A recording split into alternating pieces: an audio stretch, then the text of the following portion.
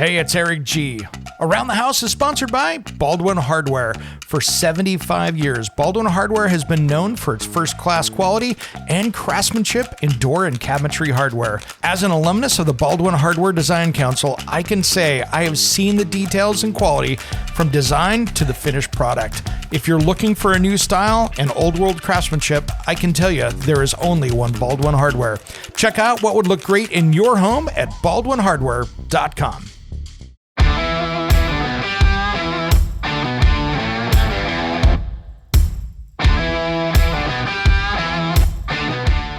It's Around the House. Hey guys, Eric G from Around the House Show. This is a best of episode. I'm taking a little time off. I don't do that enough, and I need to get a little bit of a break. So we're talking with Nick Shiffer of NS Builders. This aired last year, but it's over the holidays where people missed it. So I wanted to make sure that we got this back out there because it's an important episode about high-quality construction and even some power tools. We talk about Festool and some other brands out there, as well as his Modern Craftsman podcast. So check it out right here, Nick Shiffer of NS Builders. For more information about us, head to aroundthehouseonline.com, and you can make sure and catch this and the TV show over there as well. When it comes to remodeling and renovating your home, there is a lot to know, but we've got you covered. This is Around the House. Welcome to the Around the House Show. This is where we talk everything about your house every single week. Thanks for joining us. We got a special guest in the studio today, Nick Shiffer. Welcome to Around the House, man. What's up, man? I'm glad to be here. Appreciate it. Happy to have you. I have seen you on the different NHB stages and everything else. You and I like kind of cross paths between friends and stuff, but never have really spent time together. Yeah, I as I dug into like who you are and how like what you do in the industry, I'm like, how have we not met? Right?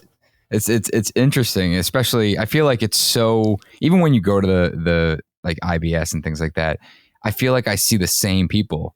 And right? it's people that even live in Boston that I never see in Boston. But then I'll go to the 1 million square foot trade show and I'll bump into them 6 times.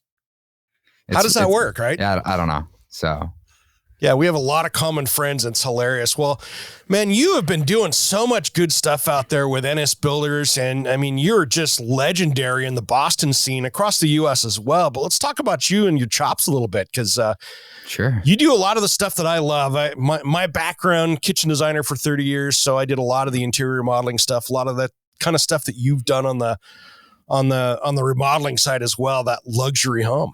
Yeah. Yeah. I mean, for me, you know, especially when we started growing as a business and outside of just being a carpenter or a carpentry business, that's where I really kind of sat my role into kind of helping design. I'm not a designer. I'm not an architect. I don't have any licensing or training in it, but that's where I started really pushing the level of detail and how we executed particular things. And that's where, you know, a lot of my mind just kind of got encapsulated by how do we do this better? How do we make this detail better or cooler? And most of the time that works out for me. There's been a handful of times where I make something quote unquote cooler and it becomes wildly expensive and a nightmare to maintain and my guys hate me for it. But the point is I like to challenge the normal way of doing something and constantly question, like, how do we do this better? What can we do to make this better? Well, and you come from a part of the country where the craft is big, you know, Yeah. I mean, I've worked all over the country with different people like you have, you know, Mm-hmm. and there's just something about the old world craftsmanship of the Northeast and it's cool. It is. And I guess part of me is a little bit naive to that, where I just think it's normal. And then when I do travel to different parts of the country, people are like, yeah, you're so lucky, man. Like craftsmanship is like still a thing up there. Like, what do you mean? Like I'm walking a project here in California and this is pretty awesome. I'm like, yeah, man, but it's just different. It's, you know, it's not put together the same way with the same type of people. There's not that many of them, you know, in different parts of the country. And, you know, and I think about that when we talk about it on the Modern Craftsman. It's, you know, we oftentimes talk about the Northeast and like our market. And even when we talk about money, it's really difficult to understand that, you know, a lot of what we talk about doesn't relate to the majority of the population. It's tough. Yeah. And I feel like we try to do a good job about, you know, calling that out and being true to the fact that we don't know, the entire market across the US. But yeah, I mean, I do feel fortunate that we are in the Northeast, and there's a lot of people that love craftsmanship, and I'm hoping that, what we're doing with creating awareness on social and podcasts and things like that, that we're, encouraging people to get into it. Because I have a lot of thoughts on this, but it's not an easy career to be in. No. And it's not something that is, there's this kind of, I don't know if we want to go down this path, but there's this kind of over glorification of, hey, you can be super wealthy in the trades. And I don't think that that's false, but I do think that there's too much focus on it, in the sense that, this isn't a career that you get into because you want to be uber wealthy. This is a career that you get into because you are passionate about it. And can you make a good living on it? Of course. Can you support your family? Of course. But it's hard work. No matter There's what. There's way too much struggle here to be a get rich quick scheme. That's for sure. And it's very hard work. It's very labor intensive. And there has to be that balance between, yes, I know I can be successful. I know I can make a good living and support my family, but at the expense of the fact that I truly love working with my hands and working with my body and doing laborious work. And I think that, that there needs to be a bigger conversation around that, because I think a lot of, some people get into, particular trades or careers because they think it's the fastest way to wealth. And, that that's not entirely true, especially in construction related fields. Well, if you think about it, that's where that craft of craftsmanship comes in, right? It's a craft, and you're always learning that craft. You walk on and do something different, you're learning, I'm learning. There's always a learning process to this. You're never done learning in this craft. Mm-hmm. Yeah. I mean, that's one of the best parts. And that's what I love about it is, everything we do, like I said, I challenge it. And, we have material millwork now where, I get to dig into the details with Ken and Ian and James in the shop and talk about, how we make something cooler. Like we're building this pantry right now. It's a big slat wall, and there was a pocket door detailed on it. I'm like, man, it would be really cool if when that door shut, it flushed out with the face of it. So when you step back, it didn't look like there's a door there. Nice. And sure enough, we sourced the hardware, tested it. It works. It looks dope. And it's, and was it necessary? No, but we accomplished something different that now when that end user experiences it, and I think that's a key word, is like the experience, they have a different experience. Yeah. And I want to go back and make sure that I'm not ripping on here all the craftspeople that we have across the U.S. that I'm just saying, oh, you're in Southern California, you're not that. I want to make sure and not leave that hanging for all you guys out there. But there just seems to be in your area up there, just more of an appreciation of that. And there are some great people all across the country. Oh, 100%. It's just densely populated up here. Yeah. Yeah. Where it's very spread out there. And, I don't know. It's something I struggle with, just at trying to position myself as someone that wants to help the industry as a whole and be, incredibly aware of all these markets and what type of people are in these trades.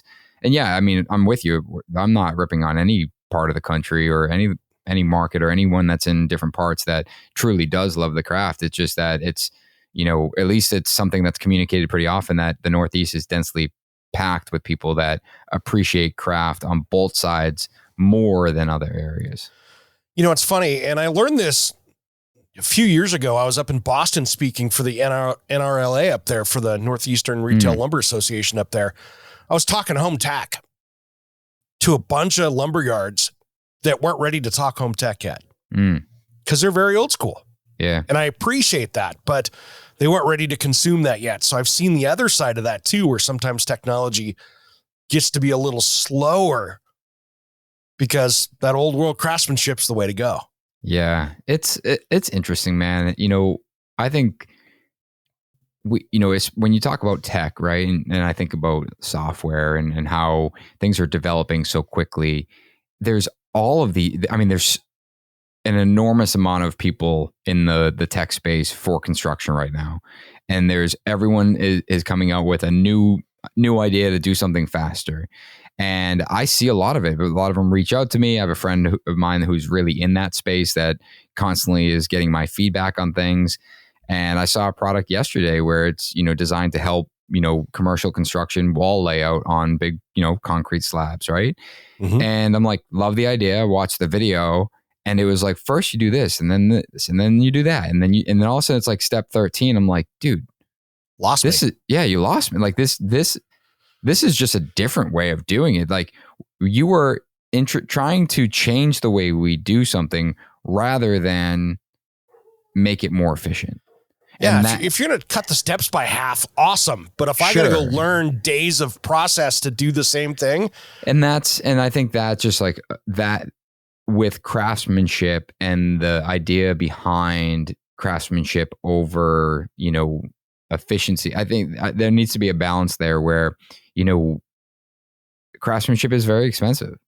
And if you can't, labor is more expensive, material is more expensive. And if you're continually putting in twice or three times as much labor to execute something at a higher level because you want it to be a higher level of craftsmanship, I mean, to me, that means that, okay, there's value to that, but there's also value to figuring out how you can get there faster. And I think of like CNC, for example, and a conversation I've had with Ken, who's my partner at Material Millwork, is that, he was a little bit against CNC in the beginning. Sure. And, he's like, I just like cutting plywood on the table saw, like working with my hands and stuff. I'm like, I get that, man. I totally understand that feeling. But the reality is, like, you could take out the monotonous work and put it on a computer controlled, CNC that's cutting all your parts and pieces. Exactly the same. Make that part of that process more efficient, so you can turn around and then spend more time on the sexy craftsmanship stuff, the stuff that does require handwork. That when it is done by hand, there's an actual benefit to the end result. Not, I just cut that with a plywood, like on a table saw instead of a CNC. I mean, there's no. Yeah. At the end of the day, there's no no one's there. I don't want to say that no one's going to notice the difference, because that's not the point.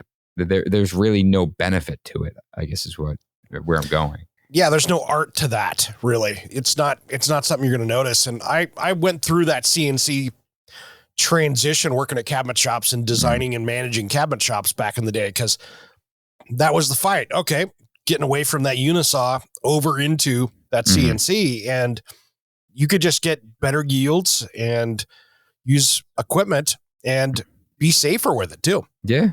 Use less material. You're maximizing, you're nesting parts and pieces. I mean, that's one of the coolest parts of it. I think, there's a framer who's got a shop that prefabricates all his walls in a shop, and was touring his shop one day, and he orders all his plywood extra, like 10-foot sheets. He orders all his 2x4s and 20-foot lengths and things like that. Yeah. And what he does, the whole house gets designed in the computer, and then it spits out the cut list. So you're maximizing your cuts out of that 2x4 to the end. When you get to the end of the job, he had a 55-gallon bucket of scrap. How cool is that? I mean, it's, to do that by hand would take days, because you're like, all right, which part do I cut now? Where a computer can figure that out for you. And there's you're not ruining the craftsmanship there.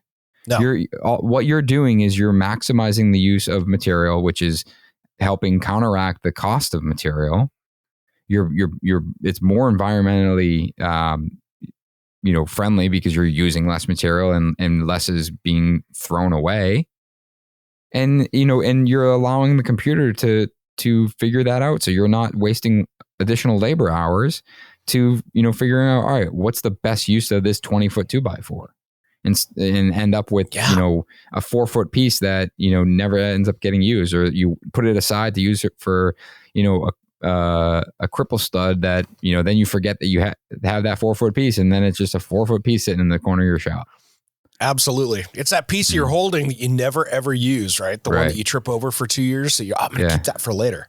You mean like the 24 drawer boxes we've ordered incorrectly that sit in the corner of our shop that we're going to use? Who doesn't have not? I have those here in my garage. What are you talking about? I think anyone that's ever ordered drawer boxes for cabinetry has the mistake pile. And we've and it's so funny. Like, oh yeah, we'll use those. It's like, no, we won't. Yeah, I have drawer boxes and I have a couple shower door panels here too. Oh yeah, I had a shower door panel and I did end up reusing that. Yeah, I've got a plan for it. I haven't used it yet, but you know what I mean. It wasn't even my fault. It was the glass company who ordered it wrong, and I'm like, yeah, can't cut that down. Yeah, right. Yeah, we built same kind of thing. We built a kitchenette for our office, and it's like, here's a perfect time to use material that we already have.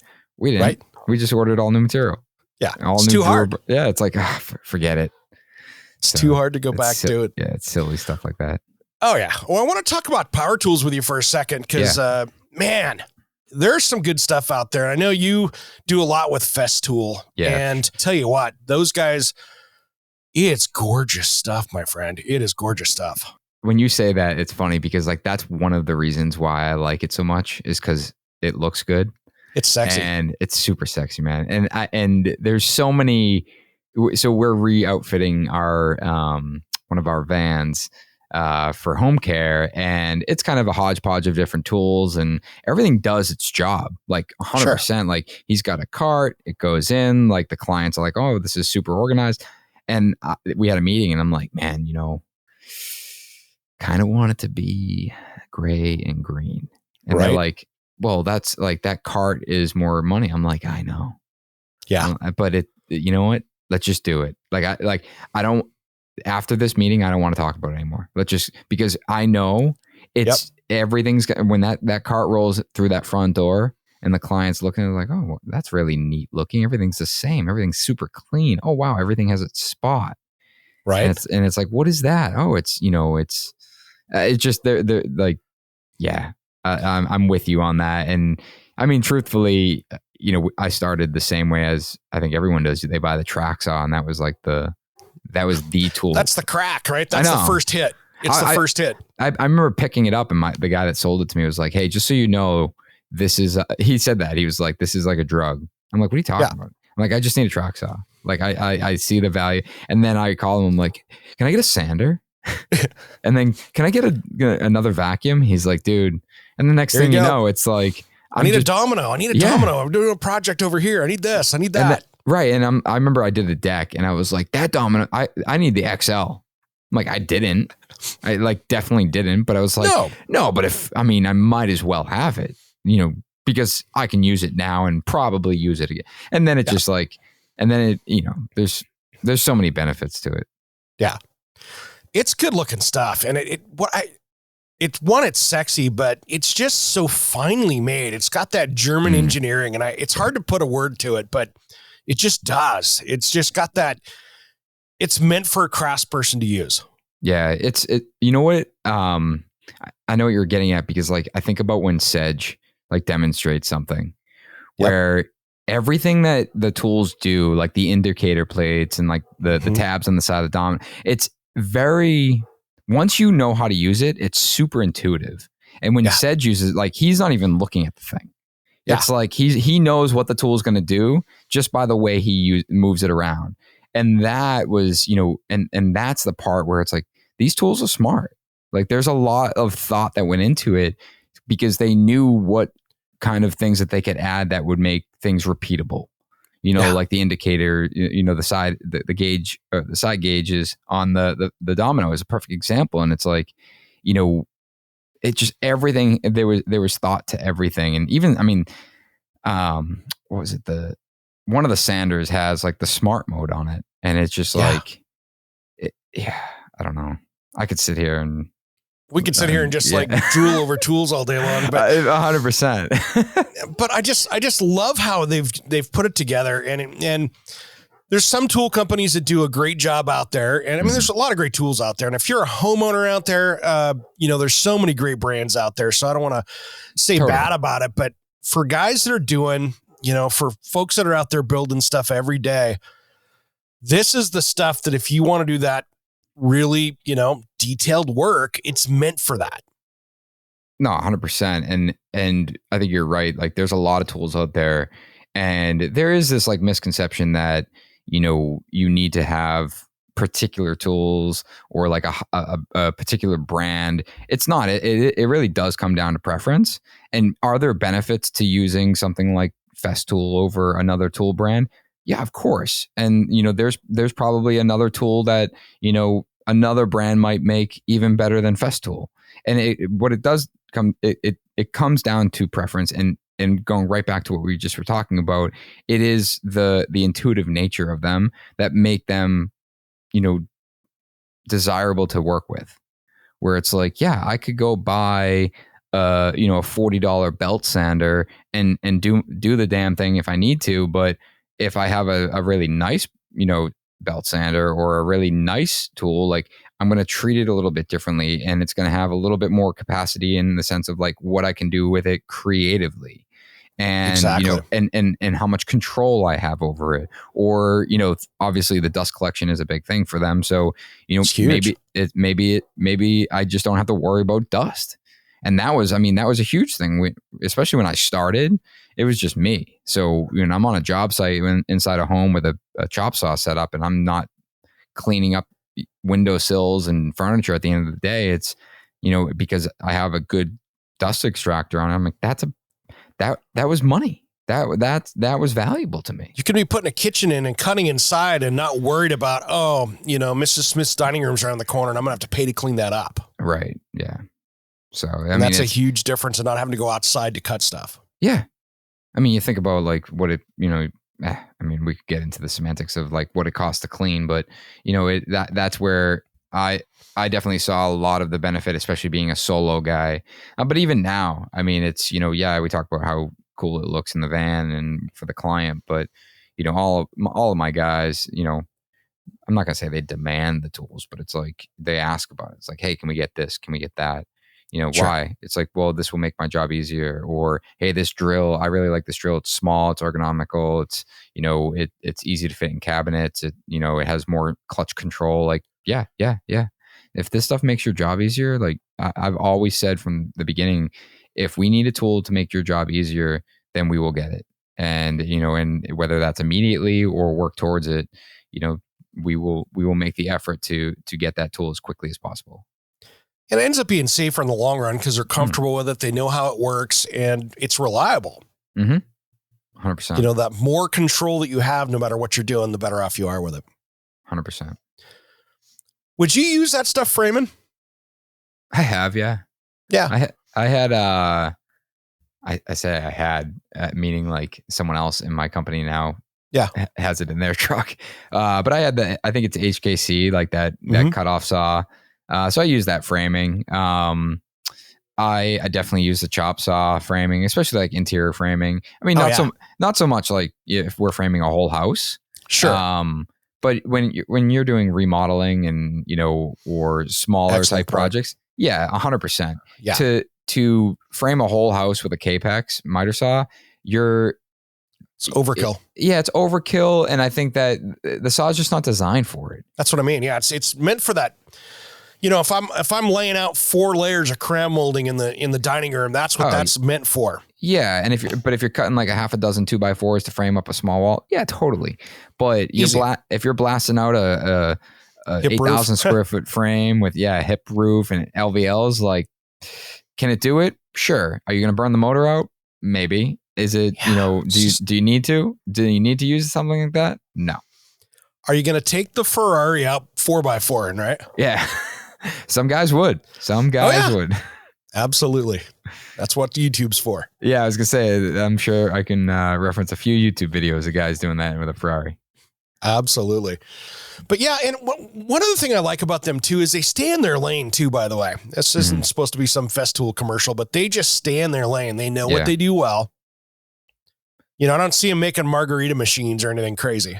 No, and I had the benefit of being out there early, like before they were like considering social media at the time, and whether or not they'd have a presence on there, which is funny to think about now. But right, that was something that they talked about. Like, we were talking about tools and like what they might come out with. And they were like, no, we're not going to do that. We're not really going to get into that space. We're not going to compete with that.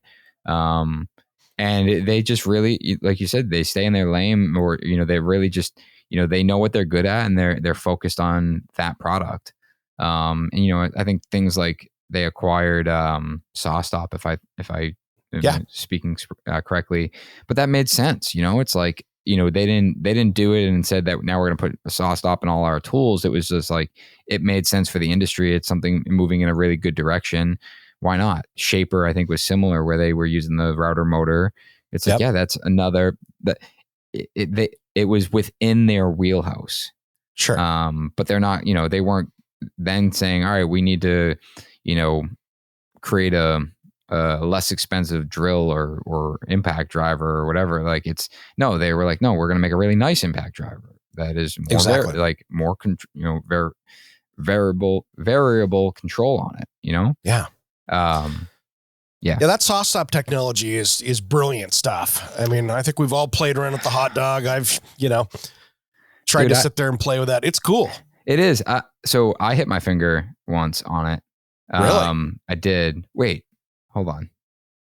Now I actually don't remember. And I say that because I know I've hit I've had the brake go off on me, but now I can't remember if it was a wet piece of wood or what. Yeah.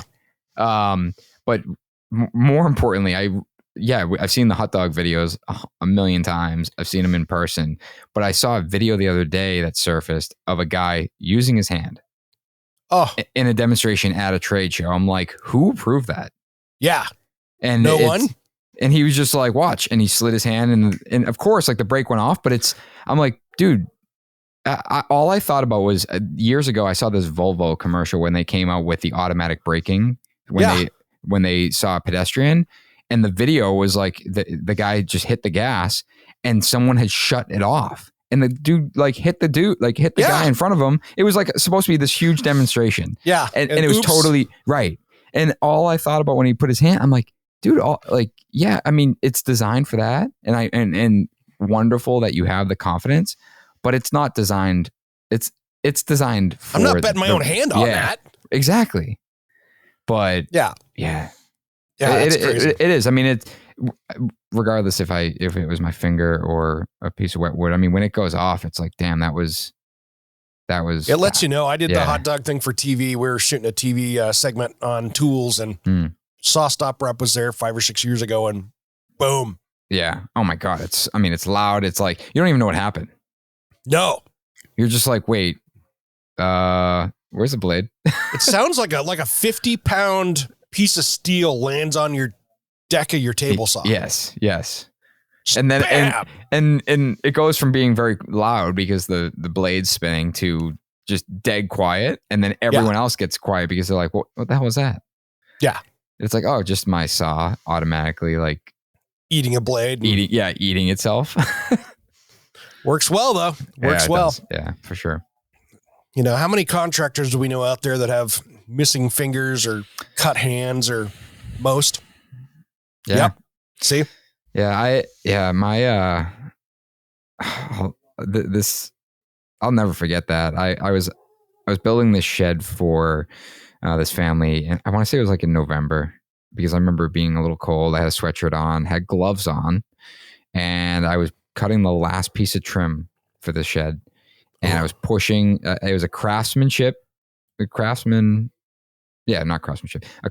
table saw. Okay, old school. A little old school. It was actually a shop one, so it had like the metal base bolted to it. But I used to bring it out to the job site, and so I'm pushing the last piece of trim. It's probably 2.5 inches, wide. Always push it through without a push stick, like my whole life. Like that was just, it was just what I did. But I don't typically wear gloves because I don't typically have gloves on, and my glove wasn't super loose, but it was loose enough that it caught the index finger in the blade, and it pulled my hand like sideways across the blade, and it snapped my middle finger knuckle. It cracked that sideways, and then it hit my ring finger, and it cracked that knuckle sideways, and then the blade, I still have the line on my nail, went up my fingernail, and when it hit my knuckle, My recollection is that the blade jammed on my knuckle. Oh, dude. And your knuckle was the new saw stop piece of aluminum. Yeah. Yes. Not good. I reached down and I shut the table saw off and I look at my hand, and my glove had like pulled down a little bit. So sure. So it looked like I cut all my fingers off. Yeah. So I'm like, yeah, you're F. Every word's coming. Yeah. I throw the glove, which I never found after that, which was super weird. But I take the glove off and I throw it, and I'm like, oh my God, okay, I think I'm okay. And this is how I'm reacting in the moment. I'm like, all right, I'm good. This hurts, but I'm going to tape it up. So I go to my trailer. I'm looking for electrical tape, of course. Right? Yep. Blue tape, electrical tape is better than blue tape. Yep. And can't find any. So I find tape dope. Oh. And I'm like, all right, this should work. So I wrap up my fingers with tape dope, and it's like, no, like blood's like just pouring out of my fingers. Yeah, at you this can't point. fix it. And no one's home at the house. And so I'm like, all right, I don't know what to do here. I'm like, I need someone to help me bandage my hand. So I call the non-emergency line, and I'm like, hey, this is an emergency. And they're like, okay, what's going on? I'm like, I'm at such and such address. I cut my hand on the table saw. I just don't have any bandages, and I'm bleeding pretty bad. And I just need someone to help me come bandage my hand because no one's home, and I can't drive because there's blood spraying out of my finger. Yeah. And they're like, okay, no problem. And so I'm sitting there, and then I call my brother. I'm like, hey, what are you up to? No, I'm sorry. I call one of my friends. I'm like, hey, what are you up to? Yeah. And he's like, oh, I'm out riding 4-wheelers. I'm like, all right, never mind. He goes, why? I'm like, oh, I just needed help with something, but enjoy. I'll talk to you later. Yeah. And later on, dude, you're so much like me. This is scary. Dude, later on, I told him, he goes, dude, I would have got in my truck. I'm like, no, don't worry about it. So I call my brother, and I'm like, and I tell him, I'm like, hey, this is what's going on. I just need you to come. Oh, I'm sorry. No, I haven't talked. I waited for the fire engine. So I'm like looking for the glove. Can't find the glove. I hear the fire engine coming. I'm like, oh my God, they have the sirens on. Like, yeah, they're coming full blown. Yeah. Right before they pull in the driveway, the homeowner comes home. Of course. And she's like, what's going on? I'm like, oh, I just cut my hand. Everything's okay. And she's like, are you sure? I'm like, totally fine. So the EMTs come over. They're like, what's going on? And they look at my hand. And the EMT looks at me and she goes, hey, you're in shock right now. I'm like, no, I'm good. She goes, no, let me just explain something to you. You're in shock, so you don't feel pain. This is bad. And I was like, okay. She goes, you need to come with me. I'm like, no. She's like, you have two options. You either need to drive yourself to the hospital or you get in the ambulance. And I would recommend you get in the ambulance because in about 6 minutes, you're about to feel pain that you've never felt before. So I fought with her, eventually got in the ambulance, and I call my mother at the time, but I called my brother I was like, hey, I just need to go. I need you to get a ride and pick up all my tools. I couldn't pick them up. Sure. Yeah. You can't pack them up. Can you put them all in the back of my truck and just bring my truck home? To which he texted me later, like, hey, do you have gas? Because your fuel gauge doesn't work. I'm like, I have no idea. And he goes, great. Yeah. Well, I'm not getting gas because I don't have any money. So hopefully I make it home. But so I'm in the ambulance and she's like, hey, I need to take your sweatshirt off. I'm like, I'll take it off. And she goes, I'm going to cut it off. And I was like beside myself. I was like, no, this is my favorite work sweatshirt. And she's like getting the scissors and she's like cutting my sweatshirt off. And then all of a sudden, pain. Yep. And I went into like crazy pain. I get to the hospital. I'm like, I was in so much pain. And they gave me a ton of drugs, like pain meds and anti-anxiety, because I was losing my mind. And they were like, okay, you have this isn't taking very well.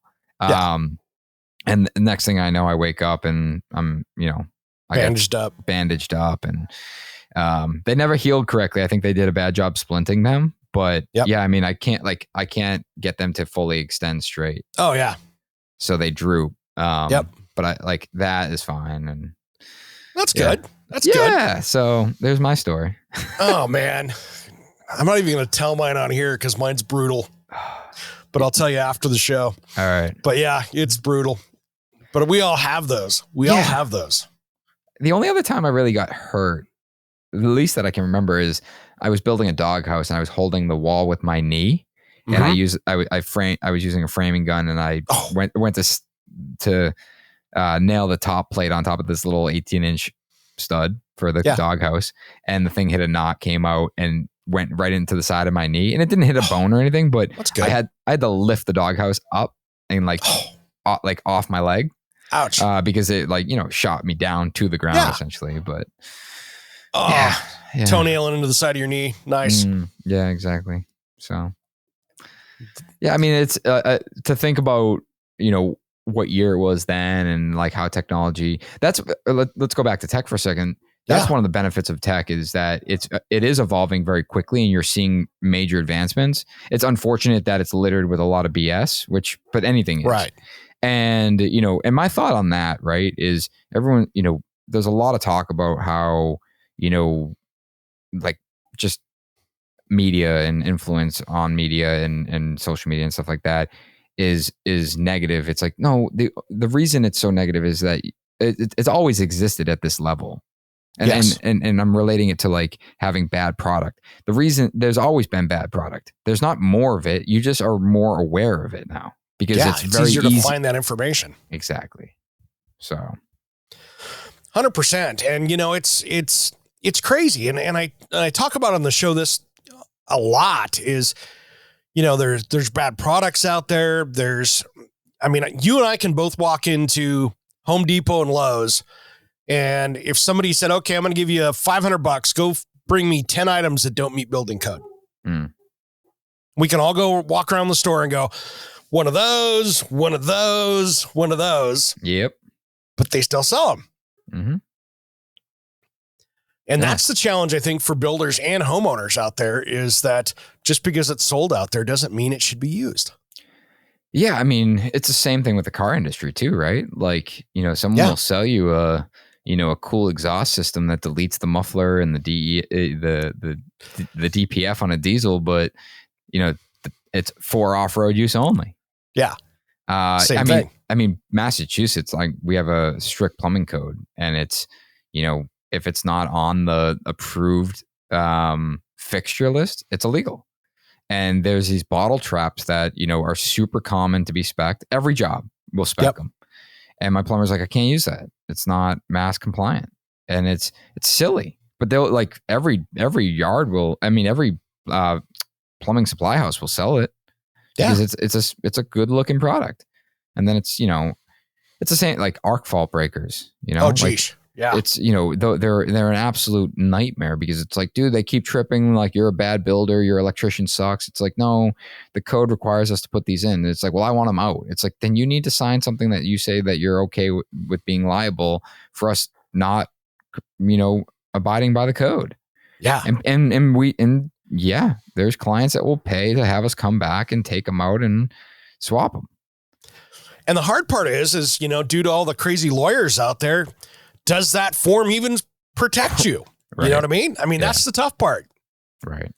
Yeah. It's like the fire that, whatever, like the panel catches fire. It's like, has nothing to do with the breaker. It's like, well, you didn't have the right breakers in there. So, you know what I mean? It's like, such a catch-22. But those breakers have been around for like 40 years. So pretty sure they're okay. Yeah. Well, it's a great example. It's like how many people want to put that chandelier over the bathtub? Everyone.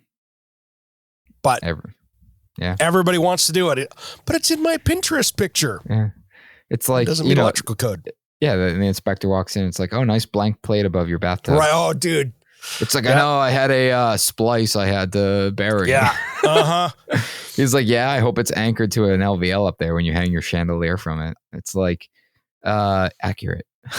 Accurate. Yeah. It's every inspector sees that plate up there and just shakes their head and walks off going, I know exactly what's going to happen here. Yeah. But yeah, I get it. And I understand why, these codes are in place. It's funny. I was having this conversation last night about, pregnancy. I have 3 kids and we're going to have a 4th kid.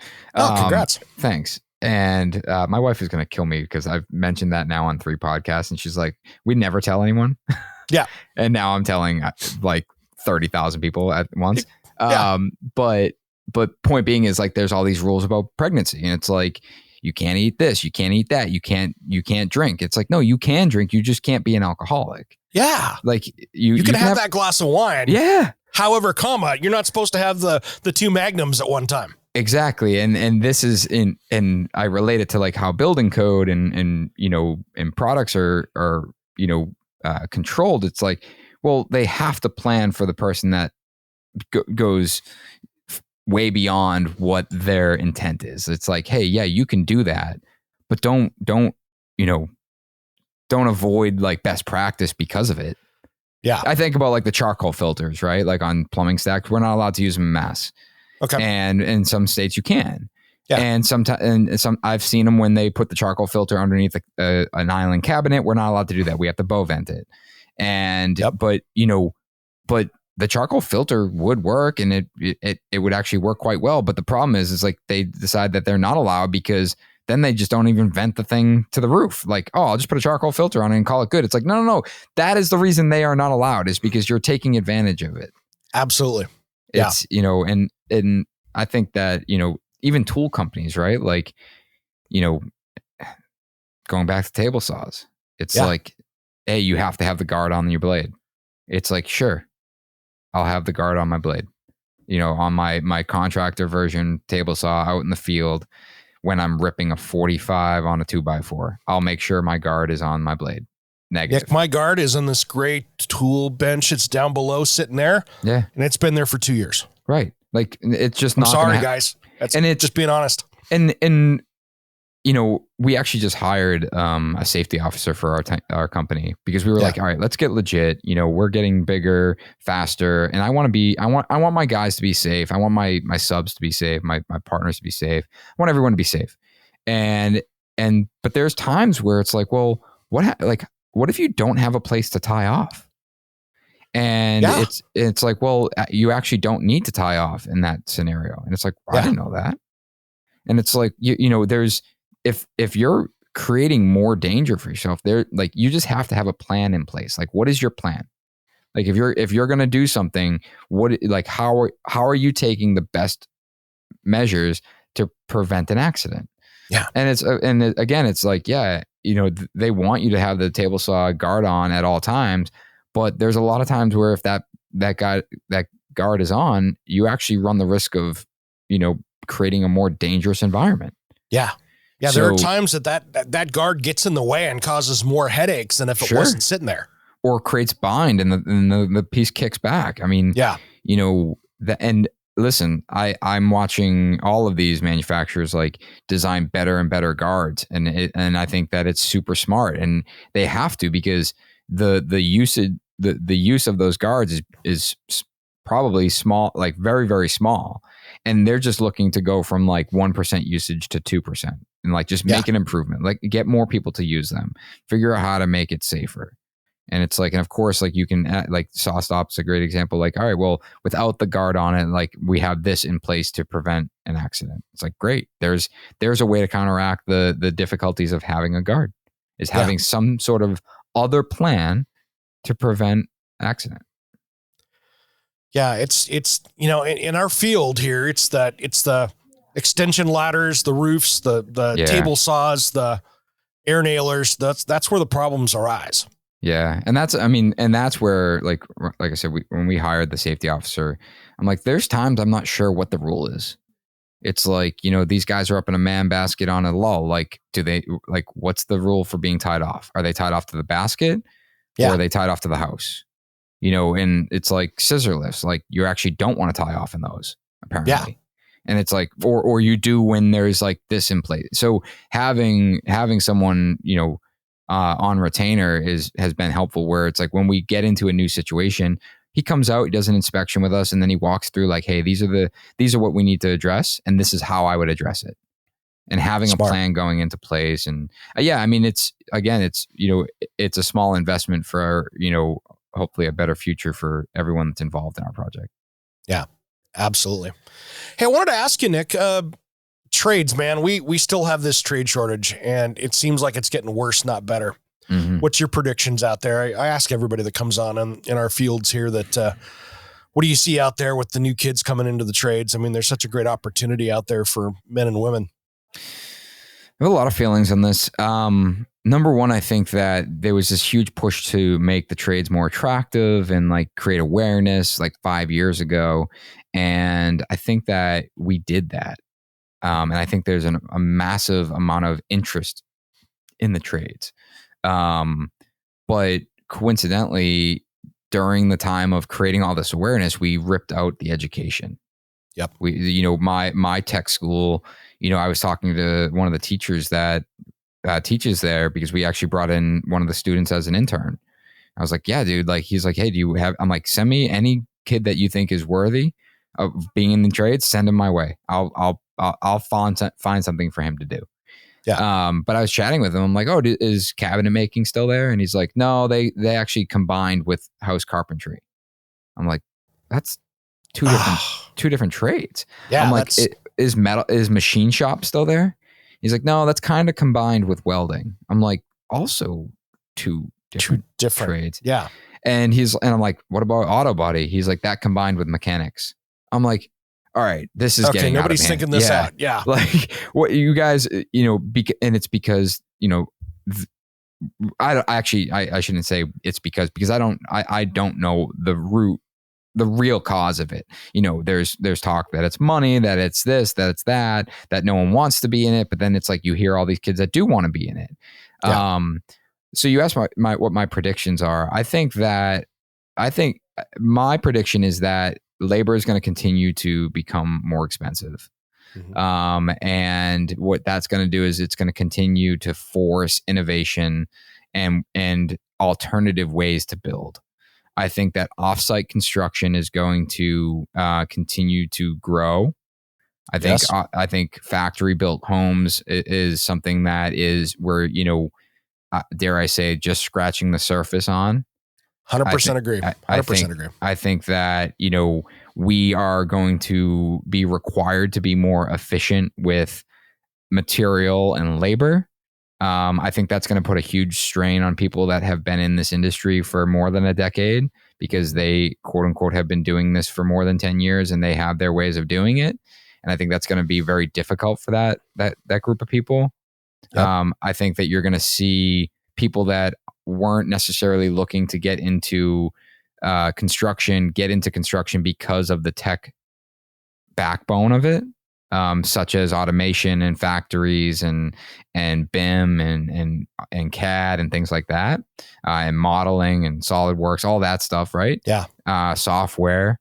And I think that we will be required to have a better outlook and path for people that do want to be in the trade. And I say that knowing that I'm struggling to work on that for my own company, in the sense, like, I want a very clear path for my people, where you come in and you are zero, like a zero, meaning like you have no experience. This is what we can offer you at that level. And if you want to get to a 1, a 2, or 3, all the way up to, say, 10, here are the things that are required of you. Here are the milestones that you need to hit. Here's the extracurricular, training that you need to take part of. Here's the things that you need to be able to do, proficiently. And that, I think, being able to communicate that and share that with someone will help counteract the desire to constantly jump ship and move to different companies, which means that people will find a place for their career and their future in a way that they have more control over. No question. And with that being said, I think that having the self-guided control is really important, where it's like, you think about like the people that work from home and get to create their own schedule. Like, the guys in the trades don't get to do that. They don't get to work from home. They are very much on a schedule. Like, I get that the 40-hour work week came from the assembly line, but that has been adapted. That is the norm. We don't typically work on weekends. Some guys do. Some guys work 7 days a week. But there is this understanding that in construction, you work between particular hours, like and then everything beyond that is overtime, right? Which is extra. But my point is that there's less flexibility as to when you work, where I think that's going to continue to push the pressure on us as business owners and leaders to, okay, if that's something that they can't control, they need to be in control of their career, of their earnings. Yep. And whether that's, their annual pay increase, whether that's a bonus structure, whether that's a career map, in order to retain people, not only within your company, but in the construction industry as a whole, people are going to individually want to understand how they get to their goal of 6 figures a year or beyond. Yeah. I think it's going to be very interesting for, the entry level to mid-level home out there, how I think that we are just coming over that hill of the factory built home. That's really going to be where those developments can be built so much more efficiently with better yields out of all the materials, safer working environments, because you're not up there at 32 degrees right, with a torch taking the ice off the roof to put ice and water shield down. Yeah, I mean, it's a great point about the safety, right? Where it's, the ability to not only build it off site for the yield on materials and then the controlled environments, but it's also the safety of the guys and, an efficiency of guys, where, the other side of this is that, we do want more people in the trades, but we're not going to be able to replenish the people that are leaving the trades at the same rate. And we might never replenish that amount of people. So, while we want to continue to attract people to be in the trade, we also have to understand that we need to innovate in a way that requires less people to do this work. And there's a big argument there where it's like, we shouldn't be so focused on getting rid of the quote unquote craftsmanship. We should be focused on getting people interested in it. It's like, that's a fair point. Yeah. But you are never going to have the same amount of people in this, because that's just not the world we live in anymore.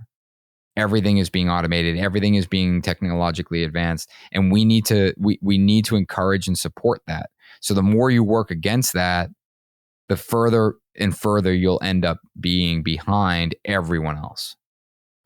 So true. So true.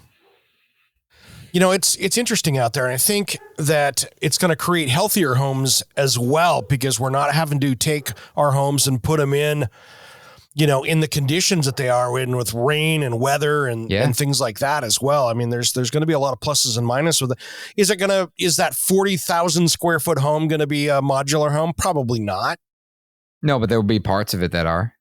Yeah. Like I think about, Encore Casinos built a place in Boston, and my wife and I stayed there one night, and I walked in the hotel room and she's like, "What are you doing?" I'm like, "I just need it. Like, this place is amazing." Yeah. And she's like, "What are you talking about?" I'm like, "The detail, like the door casing, like," and she's like, and I'm like, "And this thing was built in like 18 months, like this massive hotel." Yeah. And so I really started like looking at things and like I was just obsessing over it. Well, that's how we do it. We walk into buildings and do that. Totally. But what I realized is, I'm like, they're like, "Well, how do you think they got all this casing to be so tight?" I'm like, "This was all made in a factory, sprayed. It was totally painted. They figured out how to pre-build everything on a shop bench and fabricate it in a way that could be brought on site and installed in 20 seconds. Yep. And it looks dynamite. It looks like someone sat there and sanded and made that thing perfect and sprayed it and, and then protected it all the way through construction. It's like, no BS, dude. Like that stuff. Especially on a commercial job site. That's usually where you see the lowest quality craftsmanship, not the highest. Exactly. And it's like, and to think that, this is how we could build that 40,000 square foot house, is that you think about, okay, maybe that thing doesn't show up on trailers and goes together like a Lego set. Yeah. But maybe it comes panelized. Maybe it's built in a factory in panels, and maybe the roof is pre-cut and they can fabricate it while they're standing walls up, and then they crane it over, and maybe all the interior doors are already pre-done and pre-made. Pre-cased on one side. Pre-K, okay, you immediately think, oh, yeah, but pre-K is like, that's the crap you see at Home Depot. It's like, Well, Not necessarily. Like it could be at a higher quality just because I'm not talking about $110 door. I'm talking about a $5,000 pre-hung door. Exactly. Yeah. And it's, and it's done at a level that, can be at a very high quality. Yeah. You and I could sit here in 20 minutes and figure out how that could be done. Yeah. And that's the thing, is like, we are so, in this industry, we're so reactive. So we're always like facing the problem that's right in front of us, where, we need to be thinking about bigger picture. We need to be thinking about, how do we do something faster? And I'm going to use this example. I've been using it a lot, but it's, this whole hurricane down in Florida, disconnected the bridge from Naples to Sanibel Island. Great example. Dude, this bridge would have taken months to typically repair. Army Corps came in, fixed it in 7 days. Yeah. And the article went on to say, it's like, actually, I don't even know. I think someone referenced it on LinkedIn, but it was, well, how could they have done it in 7 days? Because they wanted to.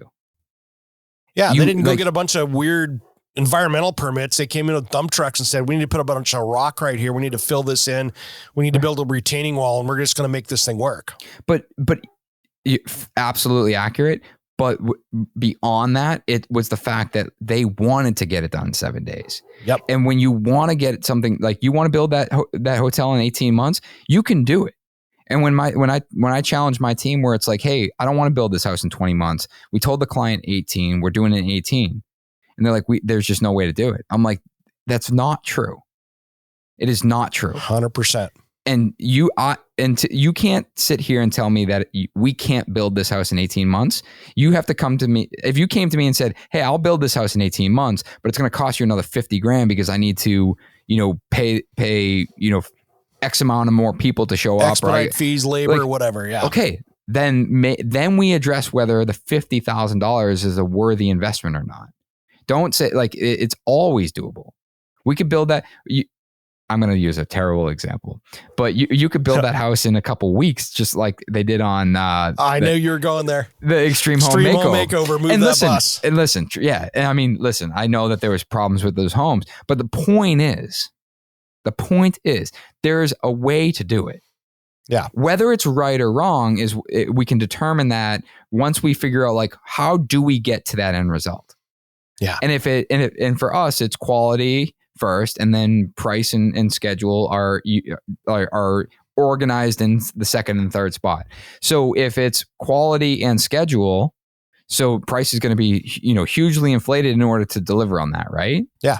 And, but if we get to a point where it's like, all right, well, schedule, like, we can't continue to compress that because we just physically don't, like, there's no possible way to compress it anymore. We have 1,000 people on the job site and now everyone's working inefficiently. Okay. Yeah. Well, that doesn't make sense. What does? Could we fabricate the house and off-site and then bring it on, in a helicopter and drop it in place, and it costs $7 million to helicopter it? Okay. Does it make sense? No. Okay, that's off the table.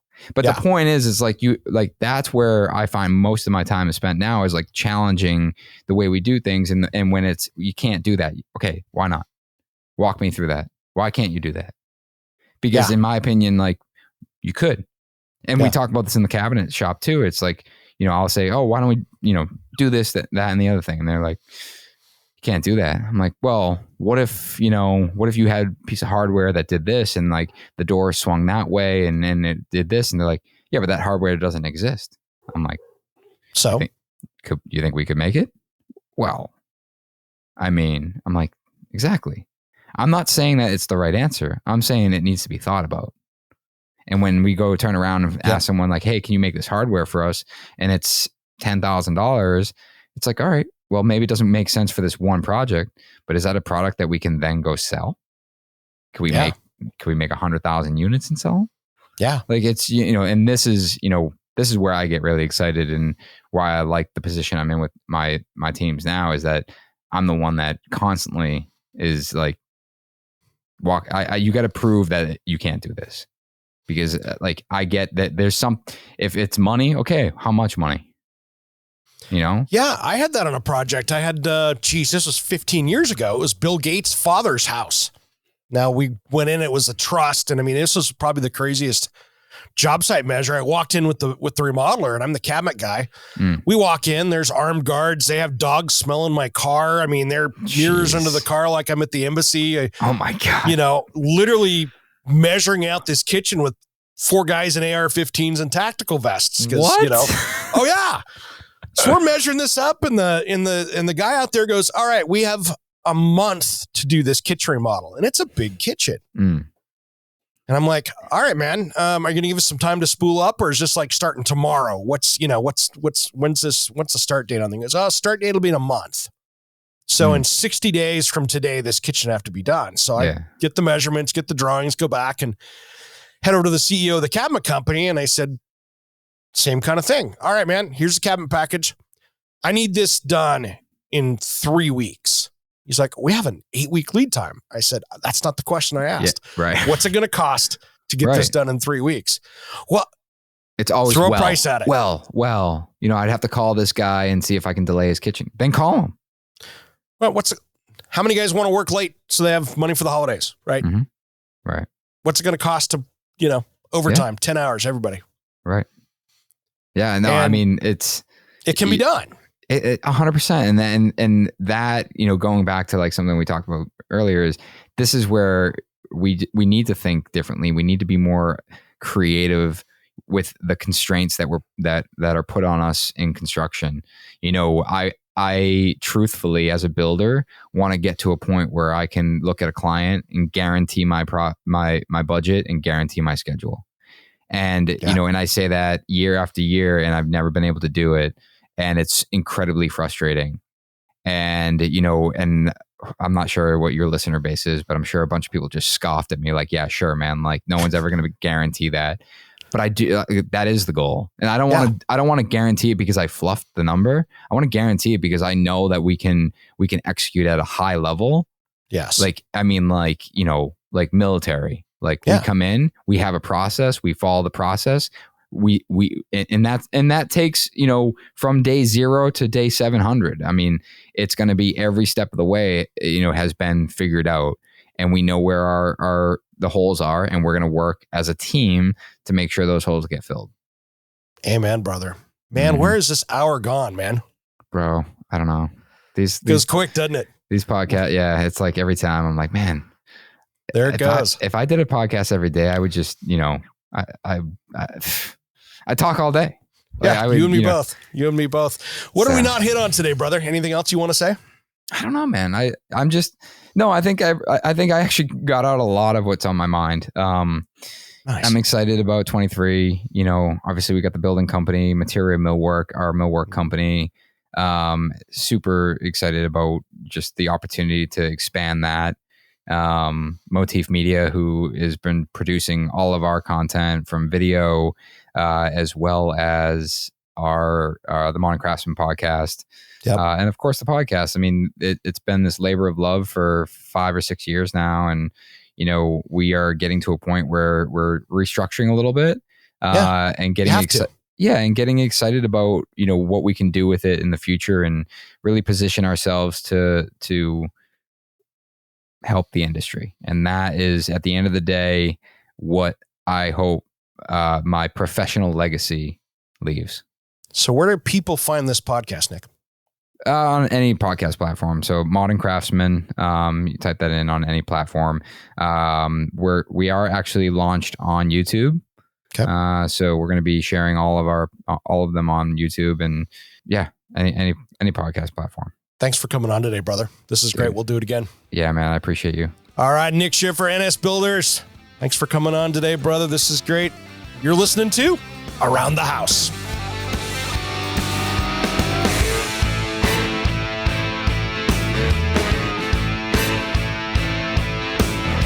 Somewhere unseen and undiscovered, anywhere beyond the mean.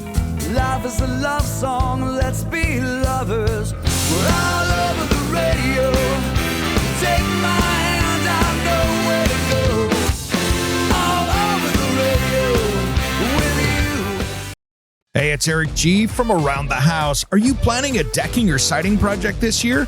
If you are, you've got to check out my friends at Millboard. Millboard is a completely different kind of composite decking and cladding that enhances outdoor spaces with enduring distinction. Hand-molded from the finest oak, it realistically mimics the natural grain and color of premium hardwood. If you're looking for something that doesn't look like plastic and instead real wood, check out millboard.com. Make sure and check out that interview we did just a few weeks back. That's millboard.com.